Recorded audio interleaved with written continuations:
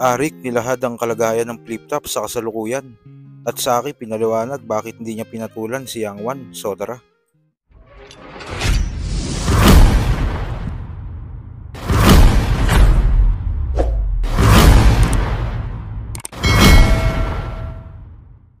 Naging maganda nga ang simula ng flip-top dahil agad itong nagustuhan ng mga tao. Unang upload nga ng flip-top ay noon pang 2010. At yun nga ay laban sa pagitan ni Dato at Camel Toe. Unti-unti nang nakilala ang flip-top sa mga panahon na ito. Pero nang i-upload ang flip-top ang laban sa pagitan ni Looney at Saito at Deliver's Target, sa kaparehong taon ay nag-boom talaga ito. Kung saan pa nga ito binalita noon. Naging peak years nga ng flip-top taong 2012. At mula noon ay naging normal na nga sa mga tao ang pagnood ng flip-top. Unti-unting nag-improve ang mga style at talagang palakas pa nga ito ng palakas. Pero itong nagdaang taon nga lang sa pagpasok ng PSP ay napansin ng mga tao na humihina ang views ng flip-top dahil daw marami nang nagustuhan ng bagong liga na PSP dahil puro dream match daw ang kinakasan nito. Sa interview nga ni Arik sa Linya Linya Show, dito ay sinagot niya kung ano nga bang estado ng flip-top, kung humihina nga ba ang views nito. Same lang din. At kapag sinabi kong same ay ibig sabihin nun same na napaka-successful pa rin, napakalakas pa rin niya. Ganun. Yung skill level mismo ng battle rap, palakas ng palakas. Yung events, palakas ng palakas. Yung fandom, nandun pa rin, palakas ng palakas.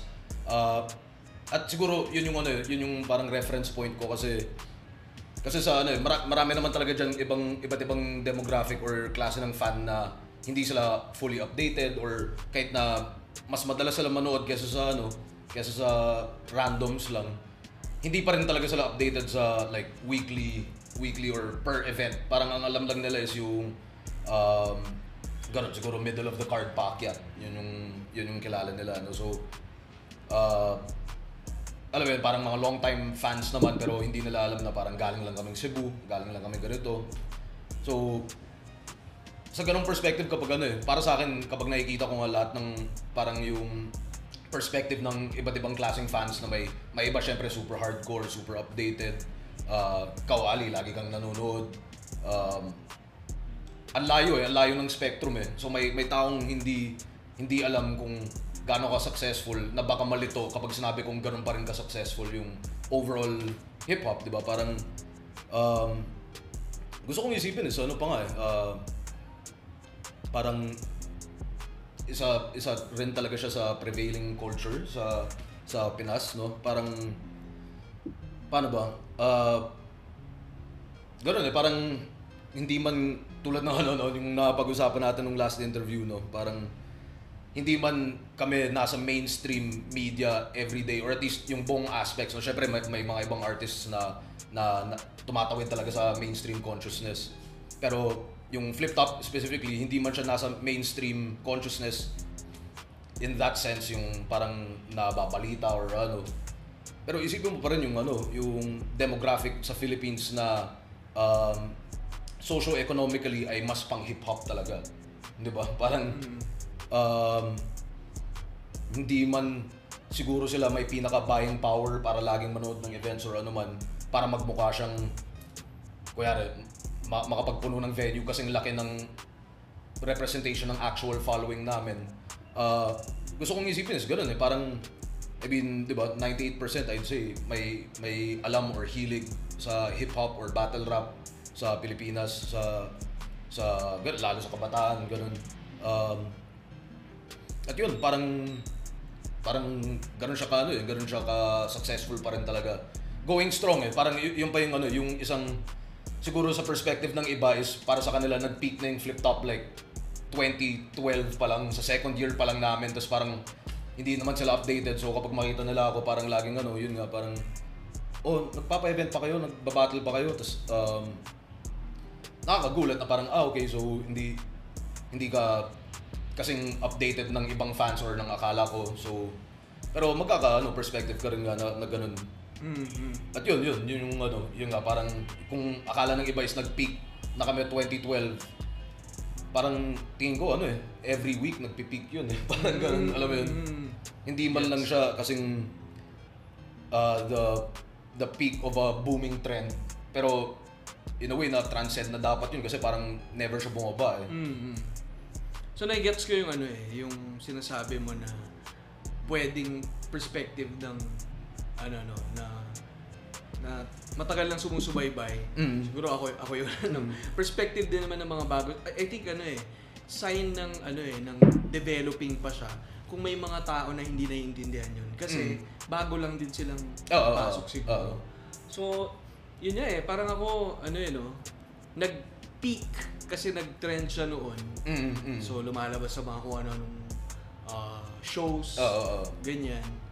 Pero nagigets ko yung sinasabi mong never siyang bumaba Kulit parang minsan kasi may ganun may perspective talaga na kesyo humina daw yung viewership. Tapos parang ang hirap i-argumento sa akin yun bilang ako yung may access sa stats. So parang talaga ba?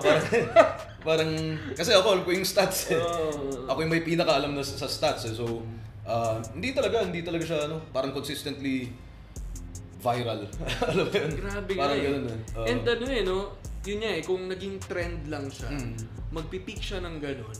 And eventually, dapat yan ma-filter Ibig sabihin, yung mga na-try lang dahil nakita nila sa TV, ganyan. Ibig sabihin, maraming nako-convert na first time makita. Consistent ng pinapanood.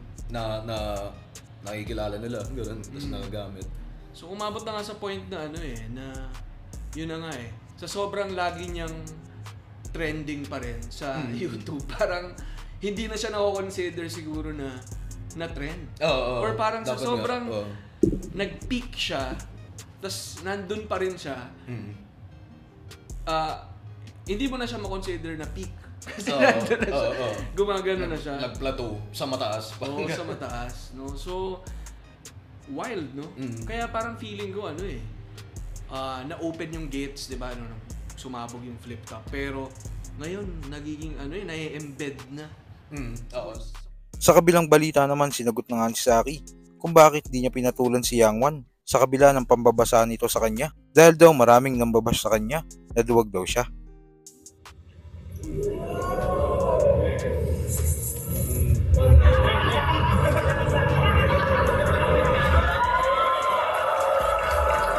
Ito yung ang dami nagko-comment, dapat sinapak mo na, binasa ka, dapat yan. Ang gagawin ko, sasapakin ko siya, tapos magugulo yung event. Parang ganon. Tsaka hindi ako para kumbaga, ang pakay ko, pumunta ako dyan para bumatel, kuha TF, bounce. Yun yung pakay ko hindi para makipag-away Pero kung umabot man sa puntong kailangan ko na talagang depensahan yung sarili ko, siyempre, mapapaawa, may mangyayari talaga. Pero hanggat sa hindi naman, yan, binasahan niya ako. Parang, ewan ko kung papatol ako o hindi. Parang ganun. Pero siyempre, hindi ako para sumira ng gabi. Makipag-away sa ganyan. Pero siyempre, aminado ako na naasar na rin ako kasi binabasa niya ako. Pag binasa niya ako, sinapak ko siya, ang dating nun, ako yung nagsimula parang, kumbaga tama na ako pa naging mali bandang huli dahil hindi ako nagpasensya, parang ganun ewan ko, nasa, din ako trap din ako sa gitna ng pag pinatulan mo, pikon, pag di ka pumatol, duwag. So kayo ba, anong masasabi niyo sa pahag na ito ni Saki? Tama lang ba yung ginawa niya na hindi pumatol? O dapat pumatol siya kasi foul na yung ginawa sa kanya? At sa pahig ni Arik, anong reaksyon niyo dito? Kung ano man ang saloobin mo, comment mo lang sa baba na mapag-usapan natin yan. So yun lang. God bless.